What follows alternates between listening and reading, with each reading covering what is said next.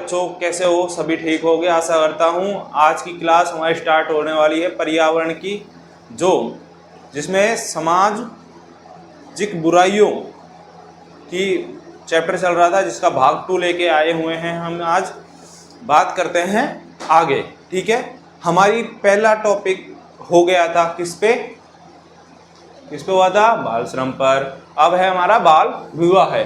किसका? बाल विवाह है। Topic start. बाल विवाह है मतलब समझ आ रहा होगा कि बेटा बाल विवाह वो है जो एक छोटी उम्र में बच्ची और बच्चे की क्या कर दी जाती है? शादी कर दी जाती है। उन्हें बंधन में बांध दिया जाता है।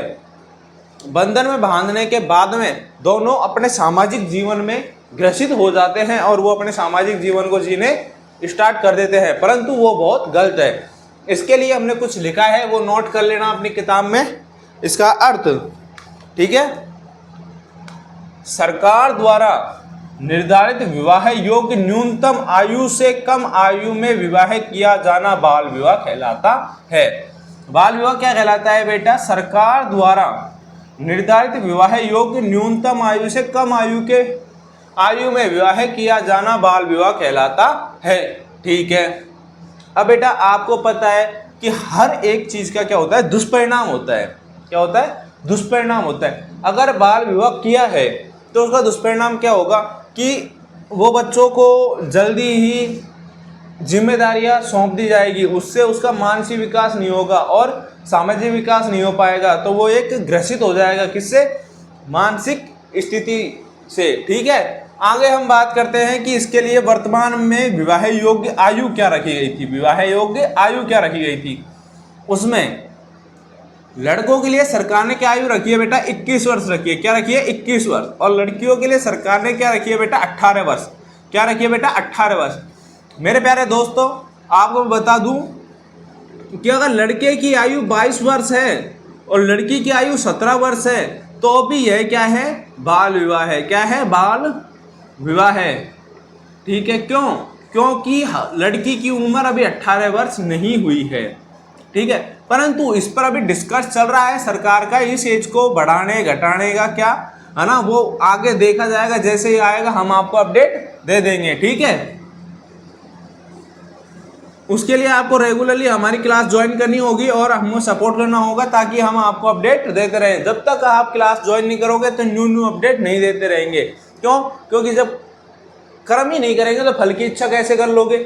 कर्म करेंगे तभी तो फल की इच्छा होगी। ठीक है, आगे हम बात करते हैं। जब लड़की की उम्र, मान लो हमने क्या रख ली?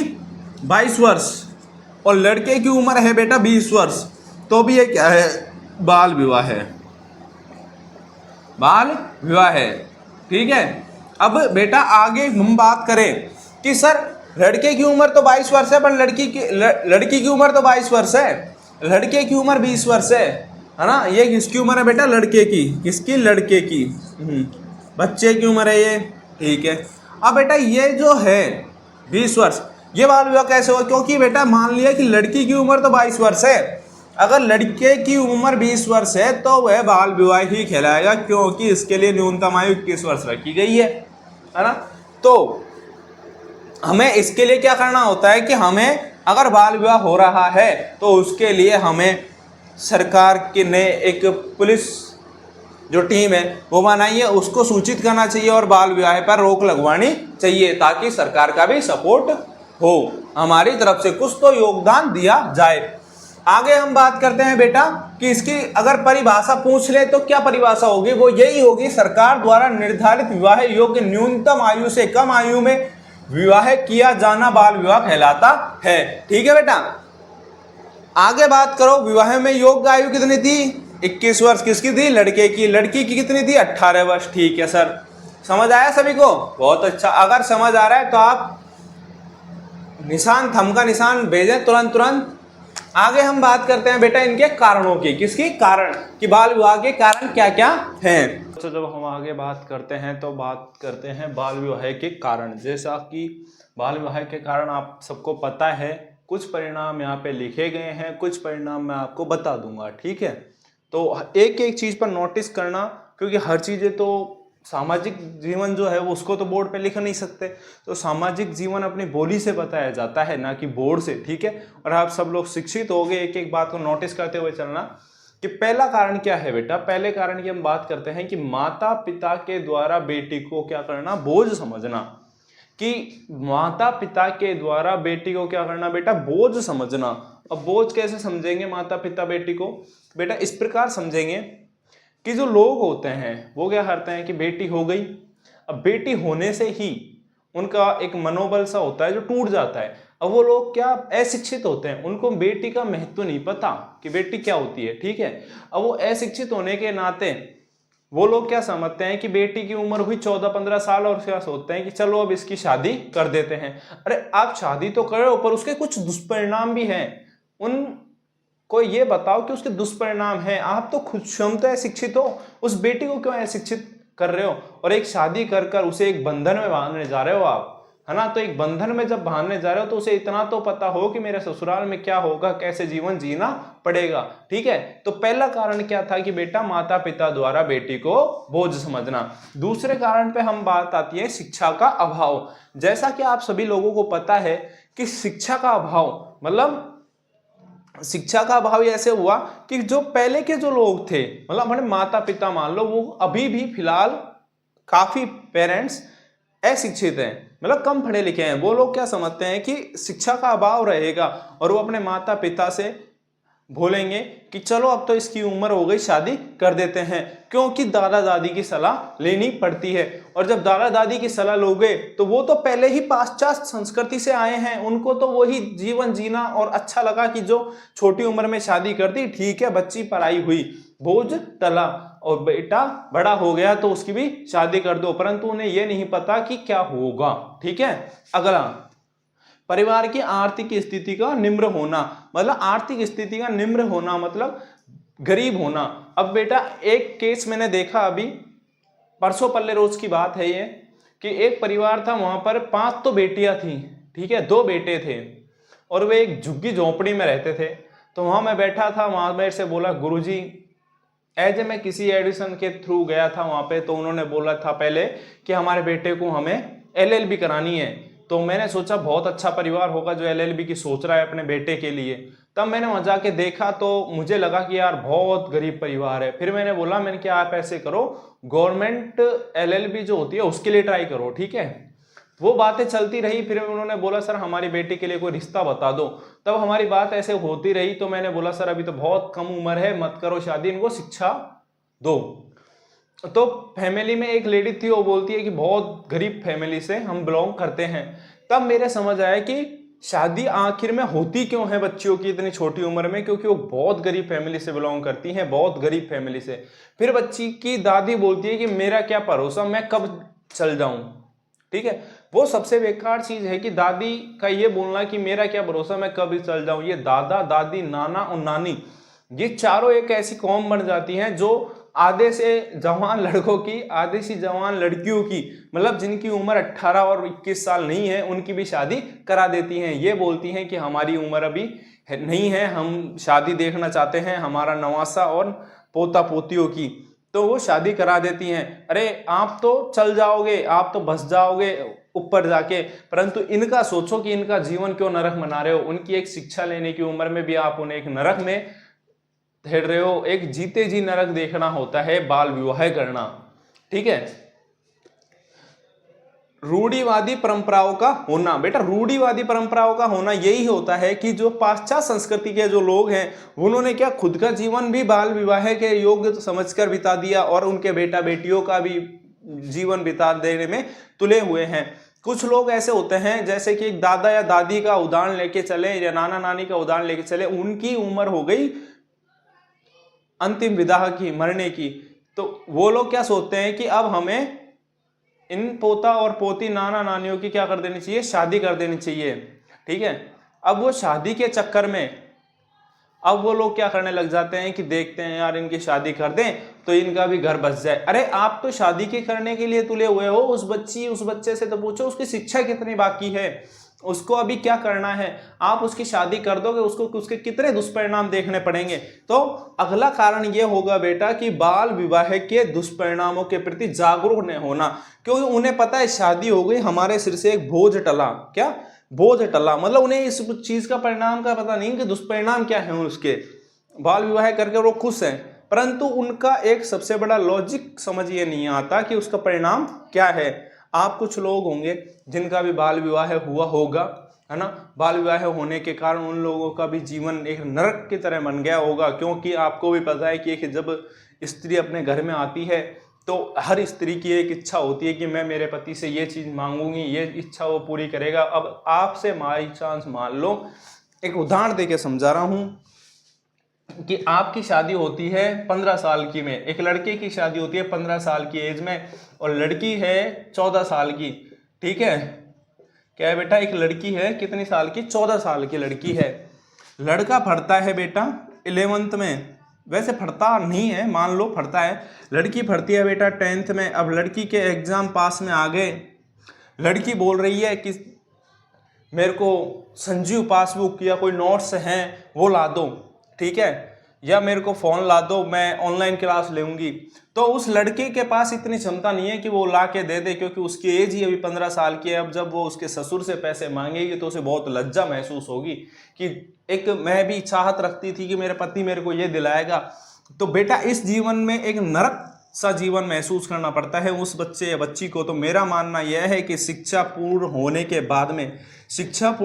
के बाद में ही शादी करनी चाहिए। दूसरा मेरा मानना यह है कि जब तक शादी मत करो तब तक दोनों में से एक बंदा अपने पैर पर खड़ा ना हो, या तो लड़की या फिर लड़का, ठीक है, क्योंकि आधे से रिश्ते इसी वजह से टूटते हैं कि ये तो कुछ करता ही नहीं है, ये तो कोई काम धंधा करता ही नहीं है, ठीक है। तो उसके लिए भी बच्चों को शिक्षित होना जरूरी होता है, ठीक है। और दूसरी बात आप ये भी समझ ले कि आप बोल तो देते हो सर लड़की के लिए 18 वर्ष और लड़के के लिए 21 वर्ष, पर एक बात समझना कि जब लड़का 18 वर्ष की उम्र हुई, लड़की की 18 वर्ष की उम्र हुई, तो उसकी BA first year second year या फिर कोई भी कोर्स में एडमिशन लेने की उम्र हुई है। अब वो लड़की कैसे अपने घर को संभाल पाएगी जिससे अपने किताबों का बोझ नहीं संभल रहा। तो बेटा उसको पढ़ाओ, उसे सक्षम बनाओ और तभी उसकी शादी करो, ठीक है। बाल विवाह के दुष्परिणाम, ठीक है। पहला कि बच्चों का शारीरिक एवं मानसिक विकास न होना। बेटा जैसा आपको मैंने बताया ये उदाहरण देके, अब ये उदाहरण इस टॉपिक पर बहुत अच्छा सूट करता है। बच्चों का शारीरिक एवं मानसिक विकास न होना किस प्रकार करता है वो हम समझाएंगे कि जब बच्चे की उम्र छोटी थी और उसकी शादी हो गई थी, है ना, तब बच्चे की उम्र छोटी थी, उसकी शादी हो गई थी, तो उस बच्चे को खान पीन का जो शौक था वो खत्म हो गया था। क्यों? क्योंकि वो एक कमाने के लिए चले गया था, और कमाने वाला व्यक्ति कभी खाता पीता नहीं है। पूछना अपने पिता से या माता से जो सुबह निकलते हैं और शाम को अपने घर आते हैं, उनसे पूछना कि आपको खाना पीने के लिए टाइम में मिला था, तो बोलेंगे आज हम पढ़ लेते तो बहुत अच्छा होता। तो बेटा पढ़ाई बहुत इंपॉर्टेंट है, आपके माता पिता आपके लिए जो पढ़ा रहे हैं बहुत इंपॉर्टेंट है, ठीक है। मानसिक विकास तभी होता है जब व्यक्ति बाहर निकलता है, पढ़ाई करता है, दो लोगों से मिलता है, तब मानसिक विकास नहीं हो, तभी मानसिक विकास होता है। तब मानसिक विकास नहीं होता है जब आप मोबाइल चला रहे हो, फोन देख रहे हो, या फिर शिक्षा से दूर जा रहे हो, तब मानसिक विकास नहीं होता है। बेटा कमाई तो रोज कर ली जाएगी पर पढ़ाई एक बार होती है। ये वो शिक्षा है, ये वो शेरनी का दूध है जो जितना पिएगा उतना धाड़ेगा। आज हम यहाँ तुम्हारे सामने खड़े हैं तो एक शिक्षा की बदौलत खड़े हैं। आज हम भी अशिक्षित होते तो किसी कंपनी या फिर खान में काम कर रहे होते, ठीक है। आगे हम बात करते हैं शिक्षा से वंचित रह जाना। बेटा शिक्षा से वंचित रह जाता है जब बाल विवाह हो जाता है, तो बच्चा क्या करता है कि बाल विवाह के साथ साथ वो क्या करने लग जाता है, जॉब। आज मैं कई लोगों को देखता हूँ सुबह बस्ता टाँगते हैं और चल देते हैं। कहाँ जा रहा है भाई? कंपनी में जा रहा हूँ। लिया टिफिन हाथ में चल दिए। अरे भाई तेरे पढ़ने की उम्र है तो टिफिन लेके कंपनी में क्यों जा रहा है? फिर वो बोलता है नहीं मेरी उम्र हो गई जॉब करने की, मेरी शादी कर दी है। बाल विवाह बहुत बुरी चीज है, ठीक है, शिक्षा से वंचित रह जाना, ये बहुत बड़ी चीज है कि आप शिक्षा से वंचित रह रहे हो। किसकी वजह से रह रहे हो बेटा? बाल विवाह के कारण रह रहे हो आप, बाल विवाह के कारण। तो आप सभी लोगों में से किसी ना किसी बच्चे का बाल विवाह हुआ होगा, उसको उसका दर्द महसूस होता होगा कि यार उस टाइम में बाल विवाह नहीं करा होता तो आज बहुत ज्यादा बेनिफिट होता। ठीक है, वो मन ही मन में अपने परिवारजनों को गाली देता होगा, परंतु बेटा गाली मत दिया करो, उनकी भी कुछ मजबूरी रही होगी क्योंकि वो अशिक्षित थे। तो आगे हम बात करते हैं इसके दुष्परिणामों में। तीसरा टॉपिक आता है लड़कियों का स्वास्थ्य ठीक न रहना। लड़कियों का स्वास्थ्य ठीक न रहना, तीसरा टॉपिक यहीं पे कंप्लीट समझ जाना कि लड़कियों का स्वास्थ्य ठीक कैसे नहीं रहता है। जब उनके बाल विवाह हो जाता है, कम उम्र में जब शादी हो जाती है, तो वो कुपोषण का शिकार बढ़ जाती है। कैसे कैसे? एक तो ये कि उनको मानसिक प्रभाव पड़ता रहता है उनके ऊपर। मानसिक प्रभाव, मैंने एक क्लास में आपको बताया था कि पैसे का प्रभाव झेल लेगा इंसान, पर मानसिक प्रभाव कभी भी नहीं झेल पाएगा। ठीक है, कभी भी नहीं झेल पाएगा, ये ध्यान रख लेने की बात है। दूसरा, वो जब कच्ची उम्र होती है, उनकी 12, 13, 14 साल होती है, उस उम्र में वो माता बनने का सपना देखने को तैयार हो जाती है, तो वो भी एक बीमारी से ग्रस्त रहती है। क्यों? क्योंकि उसका ना तो मानसिक विकास हो पाया है, ना शारीरिक विकास हो पाया है। अगर वो किसी बच्चे को जन्म देगी तो वो बहुत पीड़ादायक होगा। अगला आता है बाल विवाह के पश्चात उत्पन्न होने वाली संतान का अस्वस्थ होना। हमने अभी बताया कि जब बच्ची खुद एक मानसिक विकास नहीं हो पाया और एक पिता का मानसिक विकास नहीं हो पाया, ना शारीरिक विकास हो पाया, ना माता का मानसिक विकास हो पाया, ना शारीरिक विकास हो पाया, तो होने वाली बच्ची या बच्चा, होने वाला शिशु एक कुपोषण का शिकार, पोलियो का शिकार, या फिर किसी न किसी अंग का अविहीन होना या कुछ ना कुछ बीमारी से ग्रसित होगा। क्यों? क्योंकि जब उसको प्रोटीन नहीं मिल पाया है, उसको शारीरिक तनाव से वो ग्रसित बचपन से रहा है, और वो कैसे आगे सक्षम हो पाएगा? वह संभव नहीं है कि वो अपने जीवन में सफल हो पाएगा, क्योंकि वो किसी न किसी बीमारी से ग्रसित होगा। ठीक है, आगे हम बात करते हैं सर्वश्रेष्ठ परिवार का न होना। बेटा आपको जिस प्रकार पता है कि बाल विवाह हुआ, बाल विवाह होने पर वह परिवार कभी सर्वश्रेष्ठ नहीं होगा, क्योंकि उसके माता पिता अशिक्षित है, उनमें शिक्षा का अभाव है, तो वो अपने बच्चों को भी क्या शिक्षा दे पाएंगे। और वो बच्चे आधे जो कुपोषण का शिकार हैं या फिर कुछ बड़ी बीमारियों का शिकार हैं, है ना, पोलियो का शिकार हैं, उनका एक पैर या हाथ काम नहीं कर रहा, वो बच्चे कैसे संभव हो पाएगा? तो हमारा मानना यह है कि बच्चियों को जन्म तब देना जब तुम खुद अपने मानसिक तनाव से सही हो, या फिर आप एक शारीरिक रूप से बिल्कुल सही हो। जनसंख्या में वृद्धि होना। बेटा जनसंख्या में वृद्धि कैसे होगी? जब एक अशिक्षित नारी व एक अशिक्षित पुरुष का जब विवाह हुआ है, तो उनको ये नहीं समझ आएगा कि हमारे लिए बच्चे कितने जरूरी हैं। वो तो ये सोचेंगे कि भगवान की मर्जी है, हो रहे हैं होने दो। बेटा उसके लिए भी एक सरकार एक अभियान चला रही है, हम दो हमारे दो का अभियान चला रही है, परंतु उनको इस चीज से मतलब नहीं है। क्यों? क्योंकि ना वो पढ़ना जानते, ना उनमें एक समझ है। तो उसके लिए सरकार बहुत प्रयास कर रही है, परंतु भैया मैं बार बार बोल रहा हूँ, अशिक्षा जो है, अशिक्षित जो लोग हैं वो अपने उससे कोई प्रभावित नहीं होंगे। ठीक है, आगे हम बात करते हैं बाल विवाह निवारण हेतु सरकारी उपाय। जो मतलब सरकार ने क्या क्या उपाय किए हैं, इन पे हम बात करने जा रहे हैं। शारदा एक्ट, शारदा एक्ट क्या था बेटा, उसके बारे में बात कर रहे हैं। और ये किसने बनाया था, कब बनाया था, क्या था?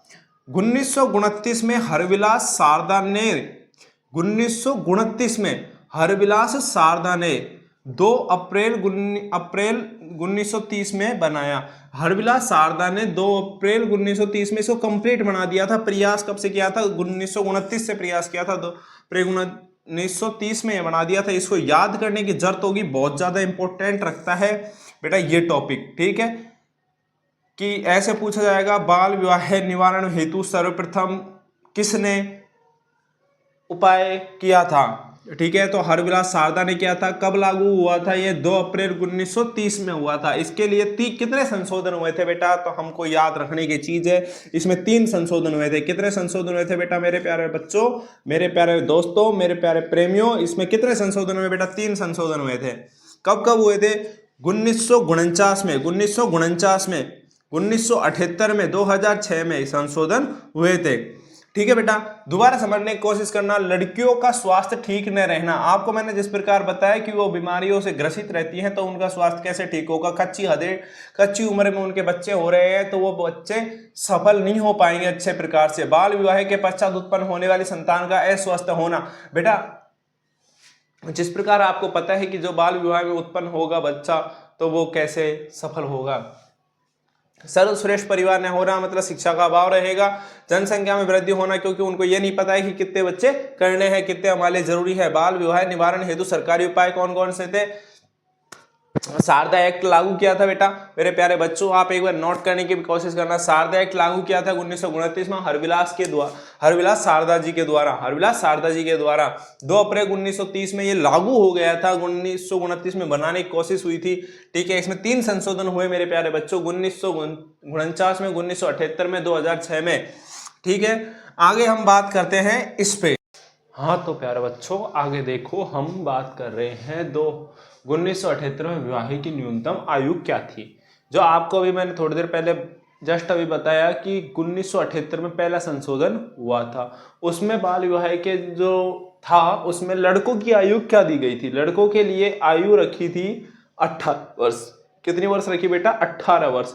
लड़कियों के लिए आयु थी 14 वर्ष। ठीक है, मतलब 1978 में जो संशोधन हुआ था उसमें यह था कि भाई तुम लड़की जो है वो 14 वर्ष की होनी चाहिए, लड़का जो है वो 18 वर्ष का होना चाहिए। ठीक है, ये कौन संशोधन हुआ था, 1978 के संशोधन में ये कर दिया था। ठीक है, इसके बाद में अगला संशोधन कब हुआ था, 2006 में। कब हुआ बेटा मेरे प्यारे बच्चों, 2006 में लागू हुआ। इसमें क्या कर दिया बेटा है कि इसकी जो लड़के की जो उम्र थी वो तो कर दी मेरे प्यारे बच्चों 21 वर्ष, और लड़की की उम्र कर दी 18 वर्ष, जो अब तक लागू है। ठीक है, और मेरा मानना यह है कि लड़के की शादी जो सरकार ने न्यूनतम आयु की है उसमें तो करनी ही चाहिए, परंतु मेरा मानना यह है कि तब तक शादी मत करो जब तक वो अपने पैरों पर नहीं खड़े। अब बोलते हो सर 2-4 साल का बच्चा चलने लग जाता है, अरे मूर्खो उस वाले पैरों की बात नहीं कर रहा, मतलब वो कमाना नहा शुरू कर दे तब तक नहीं करनी चाहिए। ठीक है, आपकी हमने बात मान ली सर, आगे से नहीं होगा। ठीक है, बहुत वेरी गुड। 2006 में नया कानून बनाया गया था जिसका नाम क्या था बेटा, बाल विवाह निषेध अधिनियम 2006। क्या नाम था मेरे प्यारे बच्चों, आपसे क्वेश्चन पूछा जाएगा इस प्रकार की 2006 में बाल विवाह के लिए नया कानून बनाया गया, उसका नाम क्या था। तो मेरे प्यारे बच्चों आपके मुंह से निकलना चाहिए, बाल विवाह निषेध अधिनियम 2006 बनाया गया था। क्या था बेटा नाम, बाल विवाह निषेध अधिनियम 2006। यह कब लागू हुआ, यह 1 नवंबर 2007 को लागू हुआ था। ठीक है, इसका उल्लंघन करने पर 2 वर्ष की सजा और 1 लाख रुपए का क्या था बेटा, प्रावधान था। 1 लाख रुपए का क्या था मेरे प्यारे बच्चों, प्रावधान था। अब आगे हम बात करते हैं कि सर ठीक है 1978 में तो 18 वर्ष तो लड़के की और 14 वर्ष लड़की की रख दी, उसको आगे बढ़ा के 2006 में क्या कर दिया कि लड़के की उम्र 21 वर्ष रहेगी, लड़की की उम्र 18 वर्ष रहेगी। फिर 2006 में एक नियम लागू कर दिया, क्या कि बाल विवाह निषेध अधिनियम 2006, जो कब लागू हुआ, 1 नवंबर 2007 को लागू हुआ मेरे प्यारे बच्चों। इसमें क्या रखा गया, इसमें रखा गया कि जो भी प्रावधान है उसमें कोई भी पाया जाता है तो 2 वर्ष की सजा 1 लाख का जुर्माना होगा। अब इसमें सजा किस किस को होगी, सुनो, नोट करने की चीज है, कर लेना, ना करो तो समझने की चीज है। पहला होगा पंडित। कौन होगा बेटा, पंडित। भाई तू फेरे पारने क्यों आया, तूने विवाह ही क्यों करवाया। दूसरा होगा बेटा हलवाई। भाई तूने माल ही क्यों बनाया, तू नहीं आता तो माल नहीं बनता। पर बेटा इनकी कोई गलती नहीं है, ये सब अपने पेट के लिए आते हैं। ठीक है, फिर आगे आता है पिता। कौन, लड़के लड़की दोनों का पिता, भाई। और भाई देख पहले बता रहा हूं, बारात में मत जाया करो, बाराती भी आते हैं बेटा, बाराती भी इसमें शामिल हो जाते हैं। बाल विवाह एक बहुत बड़ा दंडनीय अपराध है, मत जाया करो भाइयों बाल विवाह में। ठीक है, आगे हम बात करते हैं कि भाई ये तो सब आएंगे, उनके साथ में क्या किया जाएगा, इन लोगों के साथ में किया जाएगा 2 वर्ष की सजा और 1 लाख रुपए का क्या दिया जाएगा, जुर्माना भरना ही पड़ेगा। अरे दोस्तों आगे हम बात करते हैं, ठीक है, बाल विवाह के संबंध में जो महत्वपूर्ण तथ्य हैं, भाई क्या क्या महत्वपूर्ण तथ्य मिलते हैं उनके बारे में बात करते हैं। एक तो ये तथ्य मिलता है कि आखातीज पर सर्वाधिक ब्याह होता है, ठीक है, सर्वाधिक शादी आखातीज पर होती है बाल विवाह में, ठीक है। तो हम बात करते हैं यही, सर्वाधिक विवाह है अक्षय तृतीया आखातीज पर होती है। अक्षय तृतीया बेटा याद करना, अक्षय तृतीया, आखातीज को बोला जाता है अक्षय तृतीया मतलब आखातीज, ठीक है। सर्वाधिक बाल विवाह आखातीज पर होता है, क्यों? क्योंकि ये अभूज सावा है, हमारे राजस्थान भाषा में बात करें तो अभूज सावा है। अभूज सावा होने के कारण सर्वाधिक विवाह इसी टाइम पे हो गए, तो लोगों की एक थिंकिंग होती है कि इसी मौके पर शादी कर ले ताकि लोगों को कम पता चलेगा कि ये बाल विवाह है, ठीक है। दूसरी बात करते हैं कि भारत का प्रथम लिखित और प्रमाणित बाल विवाह किसके काल में हुआ था और कब हुआ था, ठीक है। भारत का प्रथम लिखित एवं प्रमाणित बाल विवाह हर्षवर्धन के काल में देखने को मिलता है। उसने अपनी बहन, अपनी छोटी बहन की शादी की थी बेटा, छोटी बहन राजश्री का विवाह कन्नौज के शासक गृहवर्धन के साथ करवाया था। उस समय उसकी आयु 12 वर्ष थी। कितनी वर्ष थी बेटा? 12 वर्ष थी, ठीक है। किसके शासनकाल में हुआ था बेटा? हर्षवर्धन के शासनकाल में हुआ था। हर्षवर्धन ने अपनी छोटी बहन राजश्री का विवाह कन्नौज के शासक गृहवर्धन के साथ करवाया था। उसकी उम्र कितनी थी बेटा? 12 वर्ष थी। अब बेटा हम बात करते हैं सर्वाधिक बाल विवाह की। सर्वाधिक बाल विवाह होता है बेटा बिहार में। कहाँ होता है? बिहार में। बिहार में कौन सी उसमें होती है? अनुसूचित जाति एवं जनजाति में होता है। अनुसूचित जाति और जनजाति में होता है। उसका कारण क्या है बेटा? मैं आपको थोड़ा सा डिटेल वाइज में समझाने की कोशिश करता हूं कि उसका कारण यही है क्योंकि बिहार के लोग क्या होते हैं? अशिक्षित ज्यादा होते हैं। देखो मैं किसी भी जाति धर्म पर कमेंट नहीं कर रहा, ना मैं किसी राज्य पर कमेंट कर रहा हूं। मेरा फर्ज है बताने का, मैं आपको बताने जा रहा हूं, ध्यान से सुनिएगा। बिहार के लोग थोड़ा अशिक्षित होते हैं, वो गरीबी के कारण है बेटा। वहां पर जो राजस्थान में सुख सुविधाएं हैं वो वहां पे पूर्ण रूप से नहीं मिल पाती हैं, इस कारण, या फिर दिल्ली जैसी सुख सुविधाएं, मुंबई जैसी सुख सुविधाएं वहां पर नहीं मिल पाती हैं, इस कारण वहां पर सर्वाधिक बाल विवाह होता है और जनजातीय और अनुसूचित जनजातीय में होता है। मेरे प्यारे बच्चों, आगे हम बात करते हैं कि न्यूनतम बाल विवाह कहां पर होता है। न्यूनतम बाल विवाह कहां पर होता है? बाल विवाह न्यूनतम कहां पे हुआ बेटा? हिमाचल प्रदेश में हुआ। हिमाचल प्रदेश में हुआ। अब हम बात करते हैं कि इसके लिए कौन कौन से उपाय करने चाहिए। क्या बात कर रहे हैं कि बाल विवाह को रोकने के लिए कौन कौन से उपाय करने चाहिए सर? तो उसके लिए हम बात करते हैं कि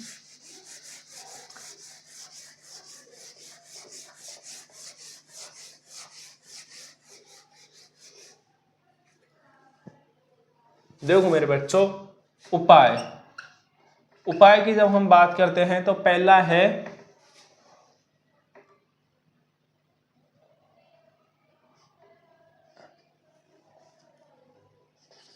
बाल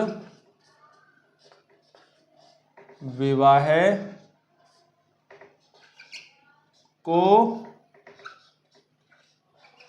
रोकने का क्या करना चाहिए? प्रयास करना चाहिए। मेरे प्यारे बच्चों, कि बाल विवाह को रोकने का क्या करना चाहिए? प्रयास करना चाहिए। इसका मतलब यह है कि आपको वहां पे जाना चाहिए, आपको लोगों को जागरूक करना चाहिए और बताना चाहिए कि भैया ये बहुत बड़ी काम करने जा रहे हो, एक दो बच्चों की जिंदगी बर्बाद करने जा रहे हो, दो परिवारों का नाश करने जा रहे हो आप। क्यों? क्योंकि वो बच्चे भी क्या है? अशिक्षित है। मेरे प्यारे बच्चों, अशिक्षित है, ठीक है। आगे हम बात करते हैं, बाल विवाह को रोकने का प्रयास ये हो गया। दूसरा है शिक्षा का प्रचार। शिक्षा का प्रचार प्रसार करना। प्रचार प्रसार। मेरे प्यारे बच्चों, आपको मैं बता दूं कि जितना शिक्षा का प्रचार प्रसार होगा, लोगों को नई जागृति मिलेगी और लोग इस बाल विवाह को करने से रुकेंगे। मेरे प्यारे बच्चों, मीडिया की सहायता लेना।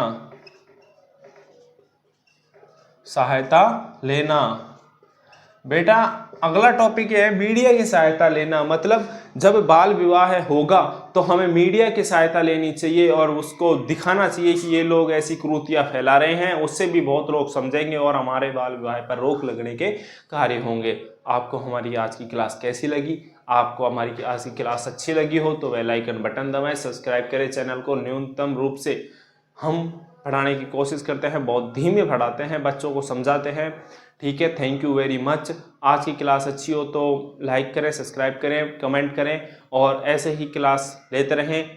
रोज़ क्लास आती है सुबह 9 बजे।